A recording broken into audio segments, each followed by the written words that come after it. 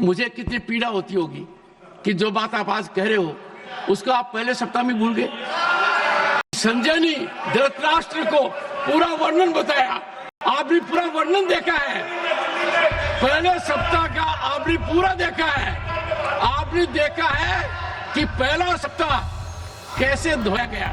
संजय कमल sir, मान्यवर record. संसद के चालू शीतकालीन सत्र में दोनों सदनों का माहौल गर्म है।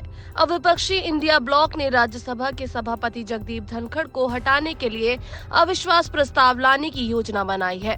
विपक्षी गठबंधन ने इस मुद्दे पर एकजुटता दिखाई है और समाजवादी पार्टी और तृणमूल कांग्रेस यानी कि टीएमसी जैसे दल भी इस प्रस्ताव के पक्ष में है। मीडिया रिपोर्ट्स के अनुसार पिछले कुछ दिनों से इंडिया ब्लॉक के प्रदर्शनों से दूरी बनाए रखने वाले सपा और टीएमसी के सांसदों ने भी इस अविश्वास प्रस्ताव पर हस्ताक्षर कर दिए हैं। बताया जा रहा है कि प्रस्ताव पर कुल 70 सांसदों ने हस्ताक्षर किए हैं और मंगलवार को ये राज्यसभा में पेश किया जा सकता है। राज्यसभा के सभापति जगदीप धनखड़ पर गंभीर पक्षपात का आरोप लगाते रहे विपक्षी दलों ने अब उनके खिलाफ अविश्वास प्रस्ताव लाने की तैयारी कर ली है। इंडिया अलायंस संवैधानिक आसन पर बैठकर पक्षपात करने और विपक्षी पार्टियों को सदन में मुद्दे नहीं उठाने देने से लेकर बोलने से रोकने की लगातार कोशिशों का आरोप लगाते हुए मंगलवार को धनखड़ के खिलाफ अविश्वास प्रस्ताव राज्यसभा सचिवालय को सौंपने की तैयारी में है। विपक्षी खेमे की ओर से दावा किया गया है कि अविश्वास प्रस्ताव पर करीब 70 सांसदों के हस्ताक्षर हो चुके हैं, जिनमें इंडिया अलायंस की तमाम पार्टियां शामिल हैं। कांग्रेस से दूर चल रही तृणमूल कांग्रेस और समाजवादी पार्टी ने भी अविश्वास प्रस्ताव का समर्थन करने का फैसला किया है।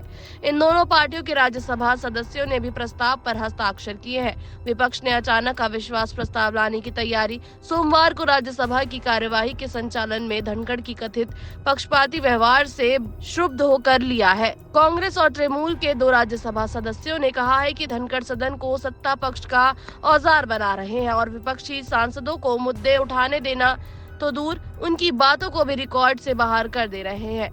तृणमूल सांसद ने कहा है कि आसन का पक्षपाती व्यवहार अस्वीकार्य इसलिए है कि इसमें संसदीय नियम, परंपराएं तथा मर्यादा ही नहीं टूट रही बल्कि लोकतंत्र पर आघात किया जा रहा है। कांग्रेस सांसद दिग्विजय सिंह ने कहा है कि विपक्ष सदन चलाने की मांग कर रहा था, मगर सभापति धनखड़ सत्ता पक्ष को सदन में गतिरोध पैदा करने का मौका दे रहे थे। आसन का ये पक्षपाती रवैया लोकतंत्र के खिलाफ है।